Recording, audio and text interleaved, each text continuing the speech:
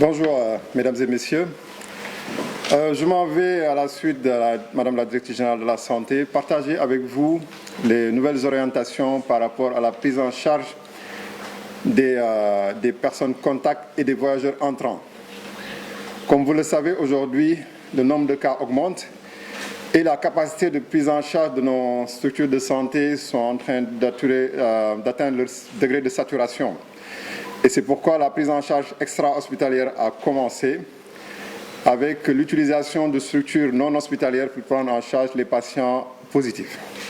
Et aujourd'hui, cette prise en charge extra-hospitalière va aussi s'étendre à des réceptifs hôteliers. Et donc aujourd'hui, on a vu que par rapport à la capacité de nos réceptifs hôteliers, qui sont aujourd'hui occupés par la plupart des contacts,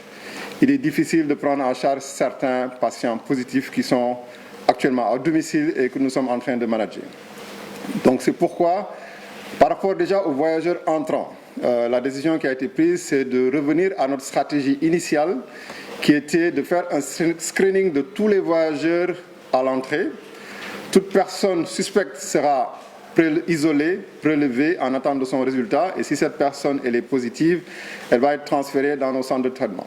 Pour tous les autres passagers qui arrivent au Sénégal et qui ne présentent aucun signe, ces passagers seront laissés, ils devront rentrer chez eux et se mettre en quarantaine dans leur domicile pendant 14 jours. Donc aujourd'hui, c'est la stratégie qui est adoptée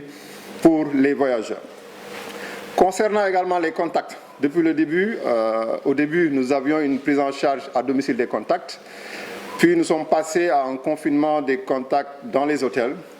Donc aujourd'hui également, pour les contacts, la prise en charge va se faire à domicile. Donc les contacts vont être confinés à domicile et les réceptifs hôteliers vont être dédiés aux personnes positives. Donc c'est la stratégie actuelle qui va démarrer et qui nous permettra d'avoir beaucoup plus de capacité. Parce qu'aujourd'hui aussi, il faut noter que sur les instructions du ministre de la Santé, ce que nous voulons, c'est que nos hôpitaux ne soient pas transformés en hôpital Covid et que l'ensemble des autres maladies puissent continuer à être prises en charge dans nos structures de santé. Et donc, il est important aujourd'hui de pouvoir avoir d'autres lits, et ces lits, nous les trouvons aujourd'hui dans ces réceptifs hôteliers qui aujourd'hui vont être pour nous prioritaires pour les patients positifs. Ça, c'est extrêmement important. Et juste annoncer également, rappeler que nous avons déjà des sites de prise en charge extra-hospitaliers qui existent déjà, au niveau de Guéraou, qui a déjà accueilli des malades, au niveau du hangar de l'aéroport Léopold Sédar Senghor, qui a accueilli déjà des malades. Nous avons également un site de prise en charge extra-hospitalier à Sédhiou, où nous avons déjà des patients positifs. Et nous avons également un site de prise en charge extra-hospitalier à Bambey, où nous avons également des patients qui y sont. Donc ces sites vont être également développés dans toutes les régions pour nous permettre de ne pas mettre en saturation nos structures de santé. Il y a d'autres sites qui vont être opérationnels dans les prochaines heures. C'est le site de la base aérienne de Thiès que l'armée a bien voulu mettre à disposition du ministère de la Santé. salaamaaleykum mbokk yi donc may ñëw juste di leeral ci benn doxin bu bees boo xam ne moom la ñu jël ci wàllu ñi nga xam ne dañu jóge bitim réew di ñibbi si Sénégal suñu mbokk yi nga xam ne ñoo jóge bitim réew di ñibbi Sénégal ak ñi nga xam ne mooy ñi ñaan contact ñi nga xam ne dañu taxaloon ak ñi nga xam ne dañu am feebar bi. ci ñi nga xam ne dañuy tukki léegi di ñëw dootuñu leen jël yóbbu leen ci hôtel parce que comme gis ngeen ni fi mu nekk nii feebar bi mi ngi law maladie ñi ngi bari te suñu hôpitaux yi seen capacité mi ngi commencé dépasser ba léegi amoon nañ ndigal si suñu kilifa ministre de la santé pour ñu commencé jël maladie feneen foo xam ne du hôpital donc day nekk ay bërëb yoo xam ne dañu koy defar ba nga xam ne ñi nga xam ne am nañu feebar bi dinañ leen fa mën a jël en charge te ni mu waree lañ koy def parce que dañ fay yóbbu waa kër docteur yi yóbbu fa ambulance ba nga xam ne dinañ leen faj ni mu gënee. donc ba tax na léegi bërëb yooyu dañu bëgg ñi nga xam ne rek ñoo am feebar bi ñu yóbbu leen fa donc ci wàllu aussi hôtel yi nga xam ne moom leen doon jël di fa yóbbu contact yi dañu bëgg léegi plutôt ñu yóbbu fa ñi nga xam ne malade lañu mu nekk yooyu aussi ay site de prise en charge extra hospitalier. donc léegi ñi nga xam ne dañuy tukki di ñëw si dëkk bi aéroport dañ leen fay xool bu ñu xoolee xool seen température laaj leen jël seen ay référence yëpp seen tur ak fu ñu dëkk seen téléphone bu fekkee koo xam ne amul benn mandarga sa yaram ci feebar bi dañ la bàyyi nga dem sa kër ku fekkee nag am nga mandarga feebar bi ci yaram bi dinañ la jël foofu defal la prélèvement testé la soo amee feebar bi nag foofu lañ lay jëlee yóbbu la ci suñu hôpital pour ñu mën la jël en charge ñeneen ñi nga xam ne nag amuñu benn mandarga seen hôpital seen yaram ñooñu dañu leen di bàyyi ñu dellu seen kër ñu nekk fa tëju fa lu mat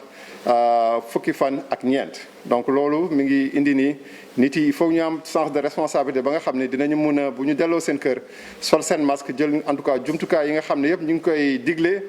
ci wàllu sol masque ci wàllu raxas loxo bi ci wàllu aussi sorianto bi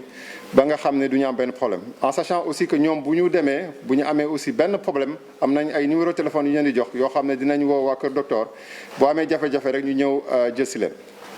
ci wàllu contact yi aussi mooy ñi nga xam ne dañuy tax ak ñi nga xam ne ñoo am feebar bi ñooñu aussi ci njëlbeen ba dañ leen daan bàyyi seen kër ñu dem ba ci kanam ñu leen di jël di leen yóbbu ci hôtel yi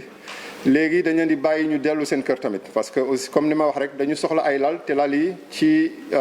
hôtel yi lañ ko mën a amee parce que hôpital bi dañu bëgg hôpital mën a continuer parce que du mbas bi rek moo fi am na yeneen feebar te mënuñu jël lalu hôpital yëpp di ko def lalu pour Covid-19 bi.